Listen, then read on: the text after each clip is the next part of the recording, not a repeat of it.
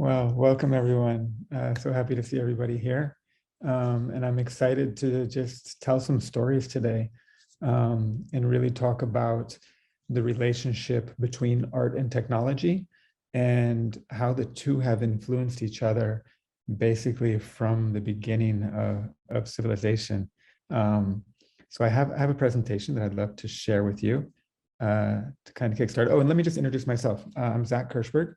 I am a filmmaker, a writer, a dramaturge, and I think for me, kind of the big heading is just storyteller. I'm just interested in stories, whether they're with words, they're with sound, they're with images, both external, the stories that we tell other people, but also I'm really interested in the stories that we tell ourselves and how those shape the realities that we live in that can either free us or limit us. So without further ado, let me start sharing my screen. Wonderful. So welcome to my talk, which is on tectonic shifts in the art world. And I wanted to just, again, tell stories, right? So I've got a bunch of different names there, and I'll just kind of start to go through them. And I guess the first question that I wanted to ask, is kind of, or the first definition was just like, what is art? Like, as we even start to talk about this. And so at a very basic level, art is the activity or the product of our creative imagination to express conceptual ideas, emotion, beauty, for example. But of course, there's a problem with this definition. And the problem is that there is no generally agreed upon definition of what constitutes art. In reality, it's a concept that's constantly evolving, and it's reacting to history, it's reacting to economics, it reacts to politics, to philosophy, to science, obviously religion, culture, and art is even reacting to art itself as it's evolving, right? And there's a controversy about whether art can be defined, as well as, of course, who defines it, which I think is another really interesting point, is like, whose lens are we looking through when we talk about art? And then, of course, there's a whole philosophical debate of like, is a definition of art even useful, right? Which takes us to the fountain, which was created by an anonymous artist, who, of course, we now know was Marcel Duchamp. And it was submitted, he basically submitted a urinal signed R. Mutt 1917 as a, quote, ready-made sculpture. So he basically took something that was already done and he put it into a new context, right? And of course, he was submitting to the Society of Independent Artists, which had agreed to accept any artist who could come up with the fee. And of course, when he gave the urinal, they said, no, we're not putting that in the show. Duchamp himself was a member, an actual co-founder and board member of the group, but he submitted it anonymously, almost to challenge the same organization. And what happened was The Blind Man, which was a Dadaist journal, which is a whole movement that came out of Zurich in Cabaret Voltaire during and after World War I, just trying to make sense of how could this war be happening in Europe. And they defended the urinal as art because the artist chose it. Right? And basically that piece sparked a dialogue that continues till today about what constitutes art. So having said that, I want to go back even further, and I want to jump into the cave and look at Neolithic pictographs. And I'm going to tell you a story, which is really a legend, but one that I really enjoy. And it's the story of the birth of painting. So who was the first person to paint? And the story that I like to tell, I like to say, like, imagine that there's a cave woman and she's huddled around a blazing fire inside of this cave. And there's other people around the fire. And she's peering up at her partner as he sharpens his weapon in preparation for this big hunt that they're going to do. And maybe at that fire, there's one seat around it that's empty because someone in the hunt the night before was killed. And maybe there might even be a corpse lying in the back of the cave, right? And so as they prepare for this hunt, and she's huddled around that fire, the fire is, leaping and jumping and throwing the shadow of this man onto the wall. And she takes a piece of charcoal from the fire and she sketches the outline of his shadow so that if he doesn't come back after the hunt, she somehow was able to capture that dancing soul of his. And what the reason I wanted to tell the story and the reason I think it's relevant is because it raises the question, why do we make art? Why is art important? And the answer that I come up with, and of course, again, it's a debate, but for me, I think art is really a mechanism to question who we are, right? To question the world we live in, to question the society that we live in, and to question those relationships, right? And I think art helps us to navigate and understand who we are in the world we live in and our place in it. And of course, you know, the world after we die and before we came and beyond the world that we know. So the next one I want to jump into is two stories that really are about tectonic shifts. One about how adapting a new art technology form launched an entire country overnight into the future, and how the rejection of another technology began the decline of one of the world's greatest civilizations. And what I'm talking about is Hangul, the Korean language, and the Gutenberg printing press. So I'm going to jump into those two stories. So the first one, you have a book that was issued by King Sejong in 1446 in Korea called the Hunmin Chongun, which translates as the proper sounds to instruct the people. Well, you would think to yourself, why would anybody invent a language, right?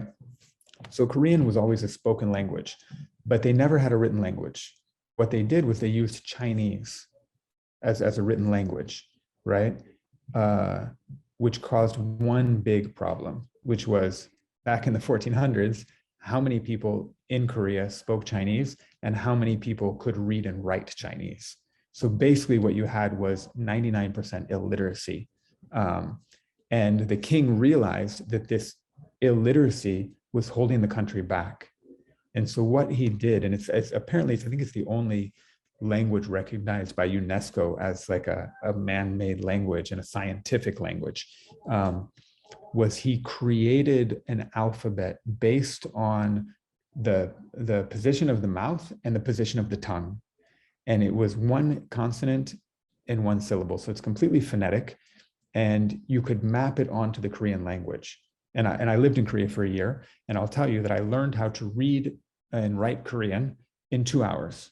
Now, of course, I couldn't understand anything because I didn't speak the language, but that's how easy it was to teach someone to read and write, which meant that basically overnight, Korea in 1446 went from being an illiterate nation to being a literate nation, right? And you can imagine how that impacted, of course, economics, trade, everything that would have involved anything having to do with speaking. So this, you could see how just that adoption of something has launched them forward. And now I want to talk about the opposite. And so now let's look over to the second story.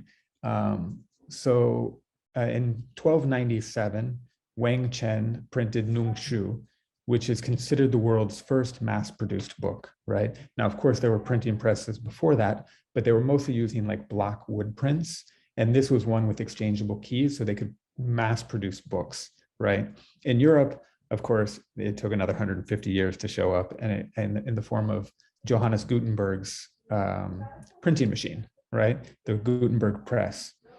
Now, at that time, the Islamic Empire was 400 years into the golden age of Islam, which to understand this, I mean, the dynasty stretched from like Spain all the way into the Middle East, but it wasn't just a military empire. They were at the forefront of science, math, medicine, philosophy, the arts. And this still is going to show up, you know, when we talk about geometry, right? All of these words are coming from Arabic, right? And so there, imagine 400 years at the golden age, you're like on top of the world. And then the printing press is invented and Islam rejects it. and it coincides with the decline of the Islamic Empire, right? So I think this is really interesting when we talk, we jump forward and we talk about the technologies, decentralization, blockchain, things that are really revolutionizing not just simple ways that we interact in life, but for me, when we talk about decentralization, when we talk about a currency that isn't governed by any government, this is equivalent to me of when France went from being a kingdom to a democracy, that we're really at a pivotal point in human history that's going to be marked, in this case, by a new technology, right? And I think it'll be really interesting to watch El Salvador, who was an early adopter of currencies. And already within a few months, what we've seen is that El Salvador, and this was even months ago, it's probably higher now, already 30% of their inhabitants have digital wallets. So what they're basically doing is they're leapfrogging the rest of the world in adopting and becoming literate in these new technologies. And I would be very interested to see in 20 years the role that El Salvador is going to play in Central America. So let's jump forward to another story. Hold on. Oops. Okay, so now let's look at history and art, and how are those two related, right? And again, obviously incorporating technology.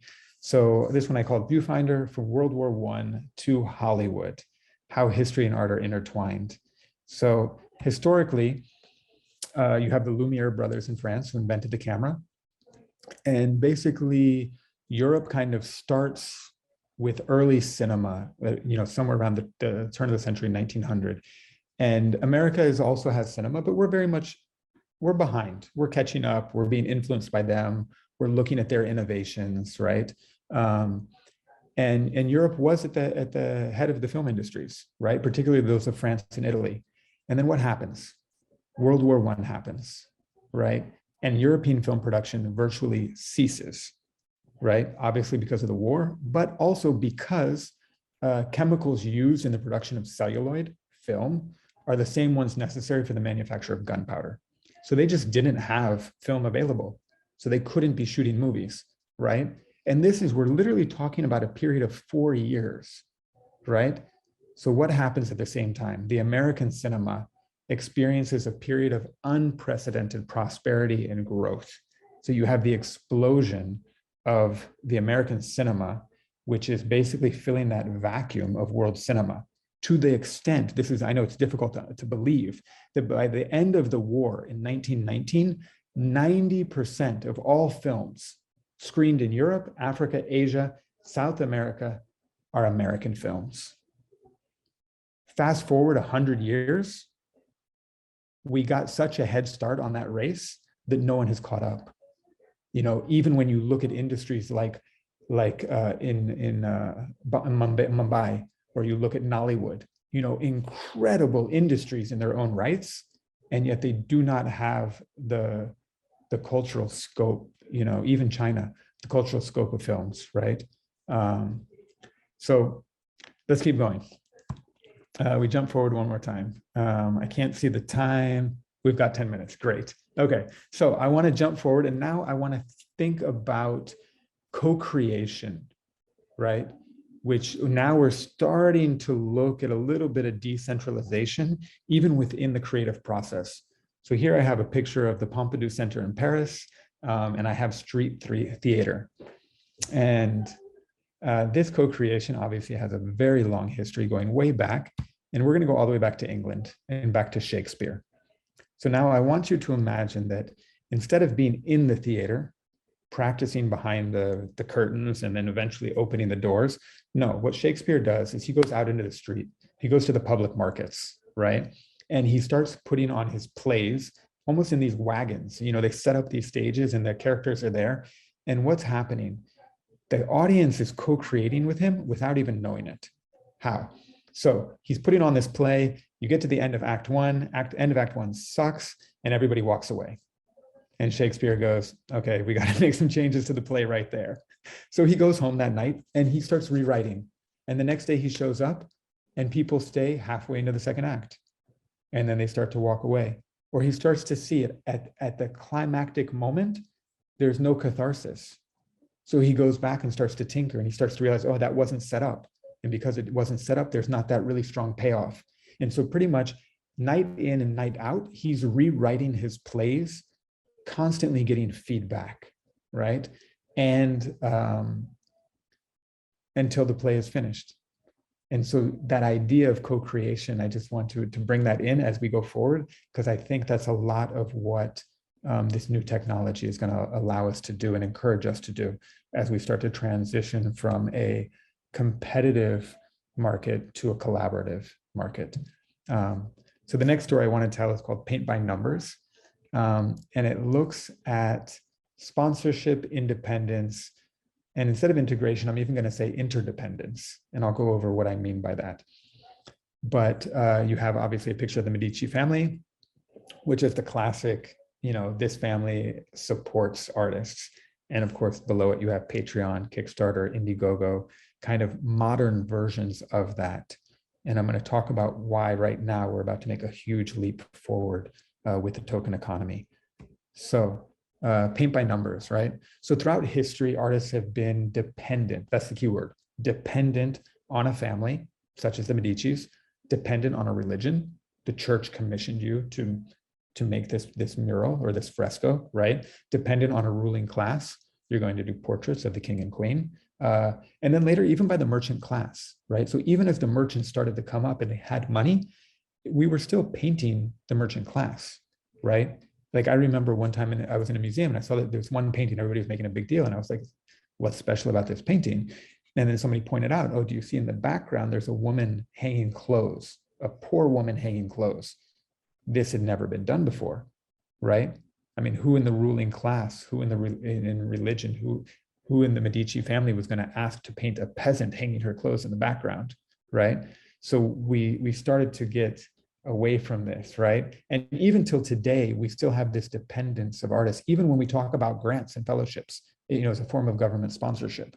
So what is the main problem with sponsorship? Well, sponsorship in 99.9% of the cases also is related to censorship, what you are and what you aren't allowed to make, right? So even when we're getting money as artists to create, we are still dependent and liable for what we're allowed to create.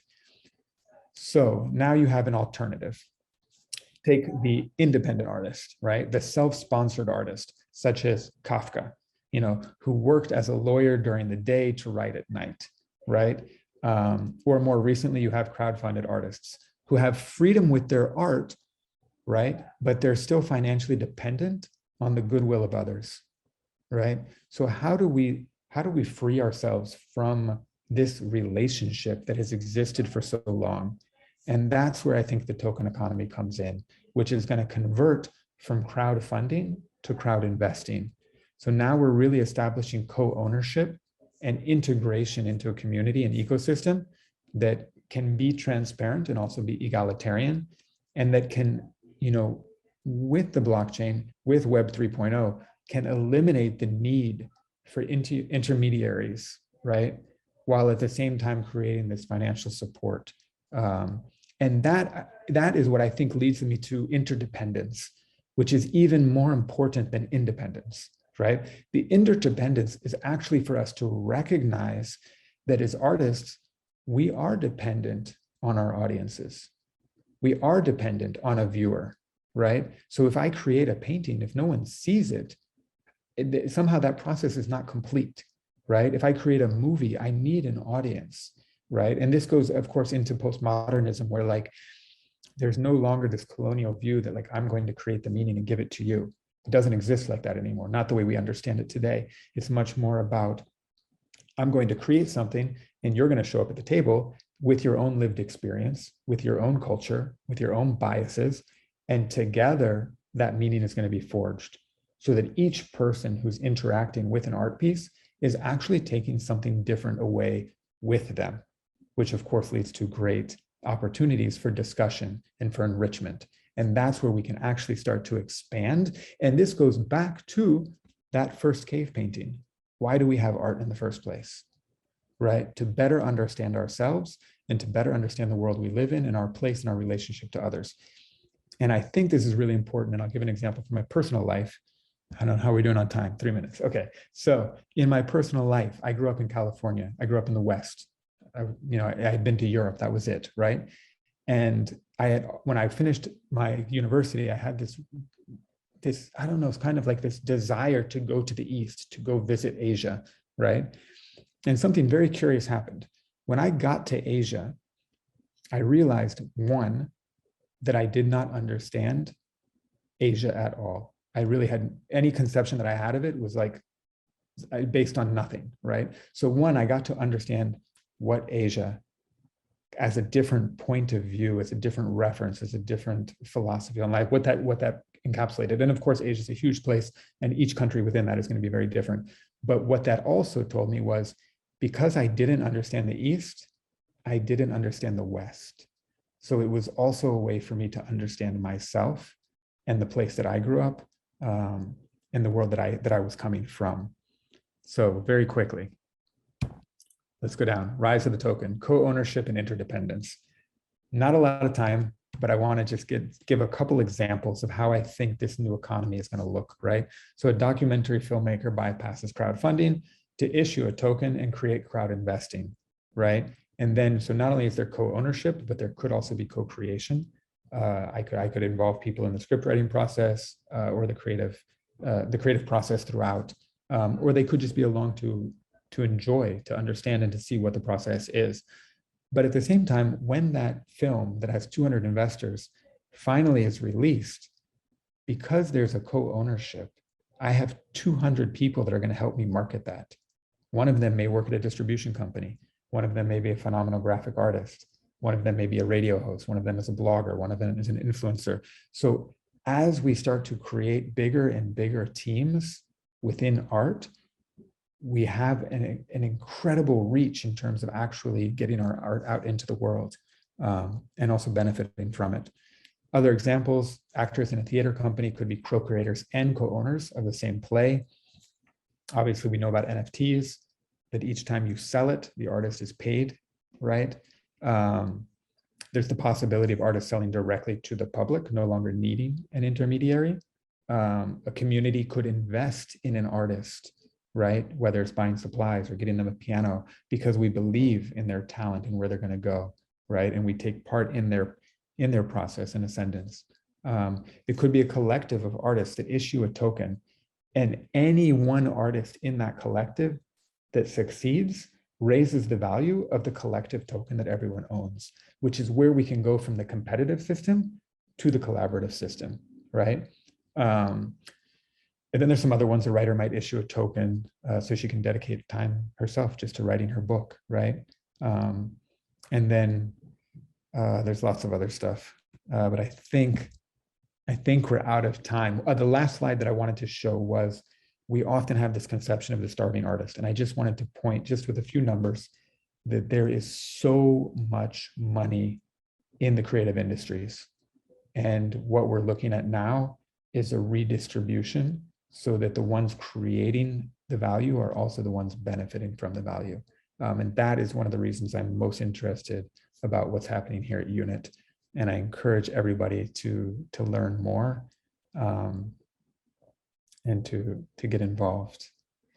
So I think that brings me to like 11:30. Sorry, we didn't have time for questions, but I just wanted to share a bunch of stories.